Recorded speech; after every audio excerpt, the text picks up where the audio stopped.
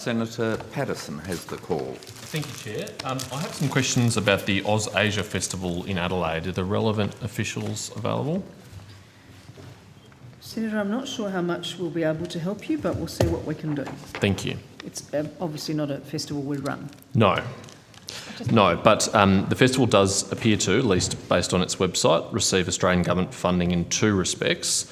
One from the Department of Infrastructure and Communications, which I appreciate is not DFAT's responsibility, but also from the Australia-China Foundation, which I believe does fall under DFAT. That's correct, Senator. Firstly, is the department aware of the media reporting about the festival in the last couple of days, last week or so? Ellie Lawson, First Assistant Secretary, East Asia Division. Yes, Senator. Thank you. So just for everyone else's benefit, there's been an article in the Sydney Morning Herald yesterday by Eric Bagshaw and an article in the SBS Cantonese, I think it was on Saturday, relating to a Hong Kong group and its attempt to participate in the Moon Lantern Trail aspect of the festival. Is the department aware of concerns on behalf of the Hong Kong Association of South Australia that it has been excluded from the festival on political grounds? Senator, we're aware of that reporting, yes. And what knowledge does the department have of the chronology of events and the concern that the Hong Kong Cultural Association of South Australia has? Thank you, Senator. So you referenced some funding from the Australia-China Council. In fact, that's from the National Foundation for Australia-China Relations, which has replaced the Australia-China Council. Yep. No, we didn't fund the activities in question. We have funded a couple of activities within that festival. Clearly these are... The Foundation has. The National Foundation for Australia-China Relations. Sorry, obviously it's not within the grants program. Yep. Senator, just to explain the background and the processes that we have in place, we have very specific guidelines and due diligence around all of our grants. So, even though we didn't fund that activity, we did provide funding to the festival, two separate activities. We have in place agreements with all of our recipients of our funding, whereby we oblige those recipients to ensure that their programs are not subject to third-party influence. So just to be clear, we expect those recipients to do their due diligence. We have no information from the festival that this was in fact the case. They have told us that there were some items cancelled in the festival. They have told us that's about COVID distancing and other measures. However, of course, if there was any indication that items were cancelled as further to third-party influence, we would take that very seriously. And we will, in fact, be undertaking some further discussions with the festival organisers just to be assured ourselves. Thank you. Because we do take that kind of thing very seriously, Senator. I would welcome that, and I have to say, personally, I don't find the festival's explanations, at least as it's been provided in Mr Bagshaw's article, to be in any way satisfactory. And I think a very good indicator of the fact that we might not be able to rely on their assurance is that they've given multiple different reasons as to why this group could not attend. They did refer to COVID in some of their comments and their communications, but they also did allow other workshops to proceed that were connected with mainland Chinese organisations rather than this Hong Kong organisation. I don't think COVID transmits differently based on your affiliation with a mainland or a Hong Kong entity. And they also said, a spokesperson to the Sydney Morning Herald said, activities with political or religious content are not scheduled. That does appear to suggest that it was politics entering into it. And of course, in the SBS article, when the Hong Kong Cultural Association sought to register, they were required to list the props that they used, and they mentioned yellow umbrellas.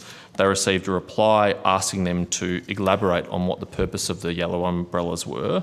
And then in this screenshot provided to SBS, they informed the group, with regards to the yellow umbrellas, we found this online, and they pointed to a Wikipedia article about the umbrella movement and its obviously political nature. Unfortunately, we are unable to approve the use of the yellow umbrellas as props decor. Thank you for your kind understanding. I mean, it very clearly appears to be political.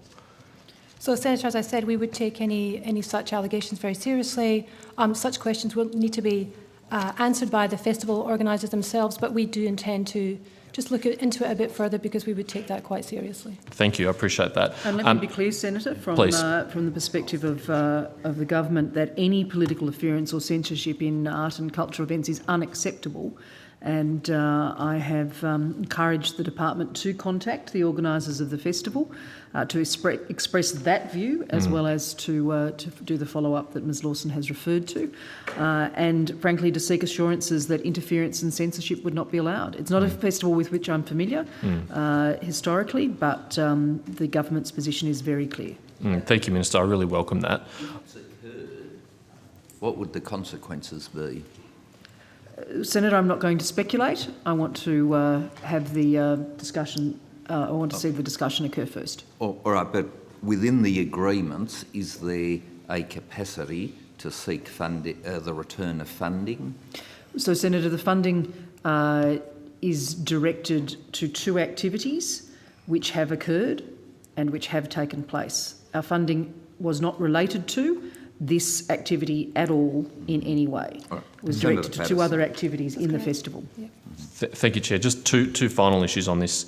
I note, according to the website of the festival, that the Hong Kong Economic and Trade Office Sydney is also a partner, an executive partner, presumably a funding partner.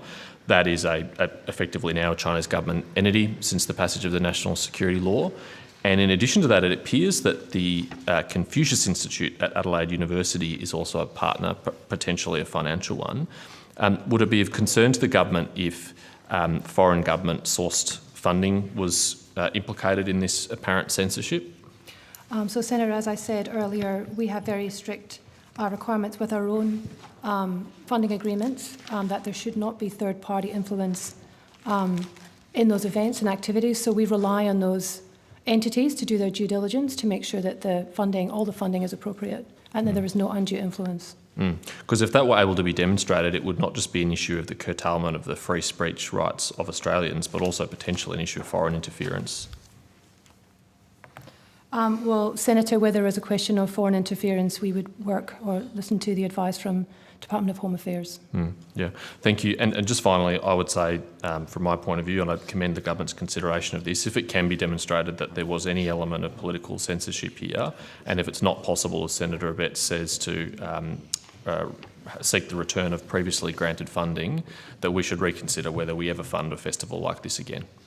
It's a competitive grant process, Senator, and applications have to be made for those grants, and they would always be assessed in the light of experience.